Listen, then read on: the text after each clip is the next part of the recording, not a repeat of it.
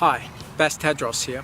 Today I was having a good catch up with a friend of mine who's a very high energy guy, and he's quite creative and in many ways quite inspirational.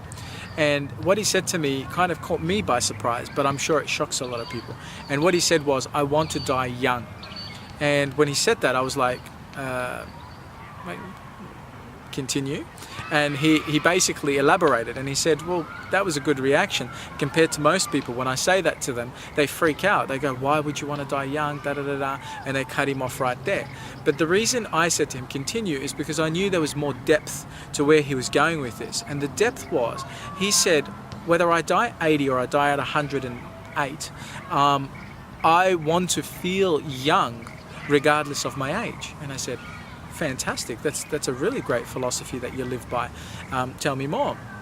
And he was just elaborating that sometimes we lose the creativity or the idea of what it means to be young by being too serious and letting the burdens of life overpower our amazing and incredible free spirit. And I always say to people, be like a child and just harness that childlike energy that we have within us, and we all have that. So his point is quite a good one, and it made me reflect on a really cool story that happened with me and my wife. A week before we got married, we decided to go to the church and sit in for a Sunday Mass. Now, we're not very churchy people, but we do enjoy from time to time connecting with beautiful people, beautiful communities, and especially the beautiful church where we were getting married.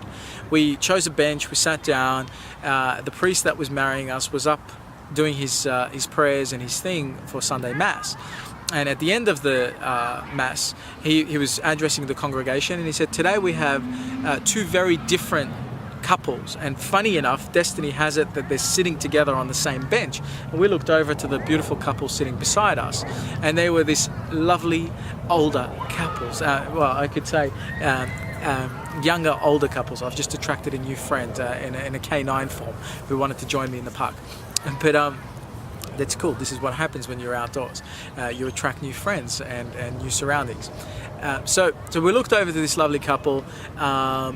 They're obviously 90 years young or plus, and we were like, okay, are they getting married? What's going on? And so he said, right, the young couple over there on that bench, he was referring to me and my wife, not to the young couple beside us, are getting married next week. And next to them are a couple that are celebrating this week their 70th year wedding anniversary. 70 years of being married. And it dawned on me, I was like, wow, if there's anybody I'd like to get some advice on for marital advice, it'd be these guys. It wouldn't be the priest, it'd be these guys. And so, after church, we caught up with them and said hello, introduced ourselves. And I said to them, look, congratulations on your 70-year wedding anniversary.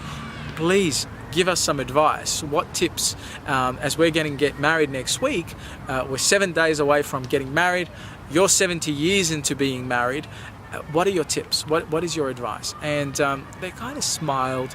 The man didn't have much to say, but his wife pulled my wife aside and she started to whisper something in her ear. And I thought, wow, here comes 70 years of wedding advice. Are you ready for this? When I grabbed my wife and I was like, tell me, what did she say to you? And they kind of both giggled and laughed. You won't believe what she said to me.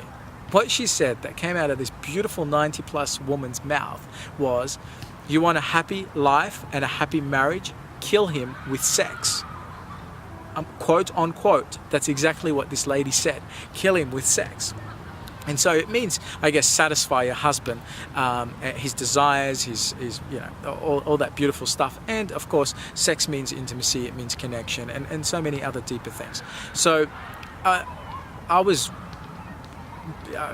there's not many things in life that have had me gobsmacked and speechless. I was kind of speechless, just like I'm now in terms of like, wow.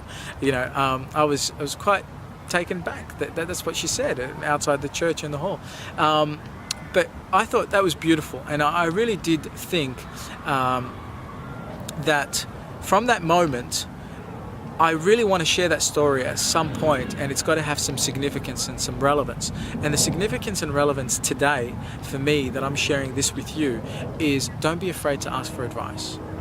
Don't be afraid to seek help. Do not be held back, whether it's through your pride, your fear, your guilt, your shames, whatever it might be, your masculinity, right? To ask somebody else for some advice. That we all need a mentor, we all need some help, we all sometimes need some perspective at the very least. So I'll leave you with that.